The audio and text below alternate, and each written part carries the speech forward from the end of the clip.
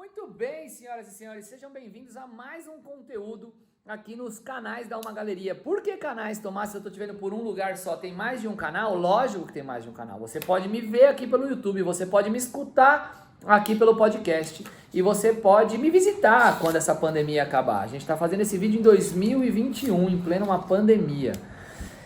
Muito bem, o tema de hoje é multimídia, produção multimídia. Qual que é a importância disso? A gente falou em alguns vídeos atrás aqui sobre a importância das pinturas. A gente falou em alguns vídeos atrás sobre, sei lá, sobre vídeos, sobre outros tipos de arte. E hoje eu vim falar aqui sobre a importância de uma produção multimídia. E talvez essa importância ela tenha mais a ver com os artistas que estão aqui me escutando. Por quê? Antes disso eu perguntei pro Google, por quê? Afinal de contas que é importante uma produção multimídia. Siri, me ajuda. Por que é importante uma produção multimídia?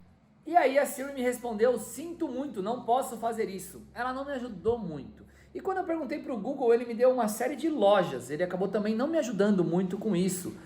Lojas de audiovisual e assim por diante. Mas o que eu quero falar aqui hoje é a importância da experimentação para alguns determinados artistas. Alguns artistas que trabalham suportes diferentes.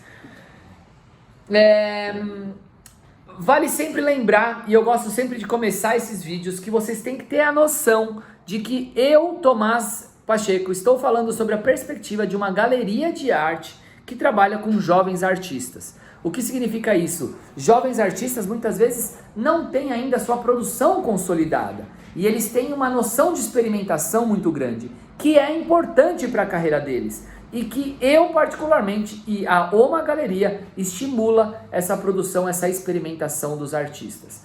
E aí, você colecionador que está do outro lado, você pode muitas vezes ter dúvida. Pô, mas esse artista aqui que eu tô seguindo, uma hora ele tá pintando, outra hora ele tá esculpindo, outra hora ele tá esculpindo pedra, outra hora ele tá esculpindo madeira, outra hora ele começou a desenhar, outra hora ele gravou um vídeo, outra hora... Afinal de contas, o que esse cara quer?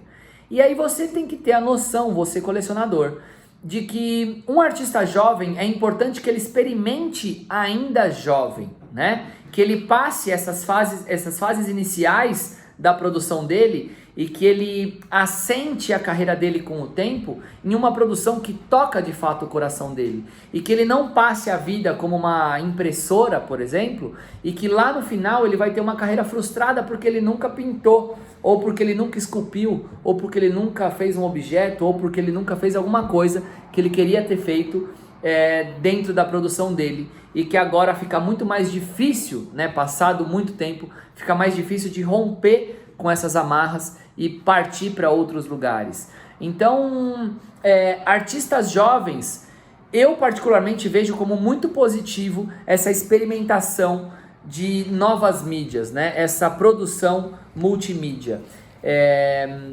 Porque é só experimentando que a gente vai saber o que de fato faz sentido para nós ou não.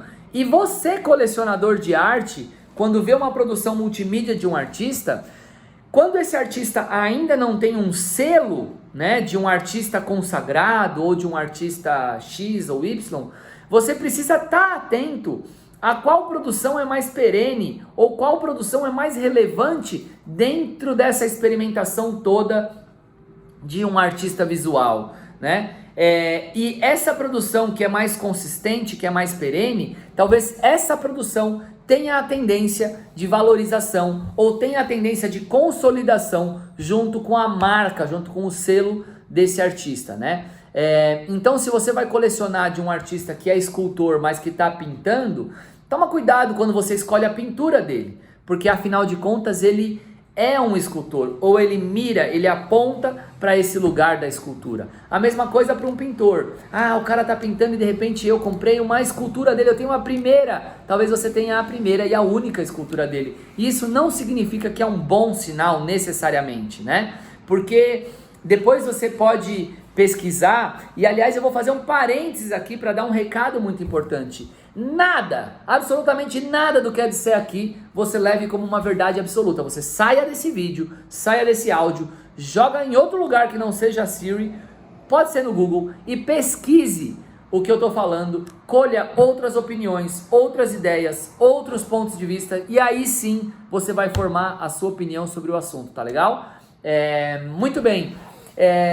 E aí você vai entender, eu dizia, o porquê que algumas obras de um mesmo artista atingem cifras maiores e outras obras não atingem essas mesmas cifras. Às vezes está relacionado à mídia, às vezes está relacionado a uma série específica desse artista que não foi uma coisa perene, que não é reconhecida como como identitário, vamos dizer assim, para esse determinado artista, tá legal?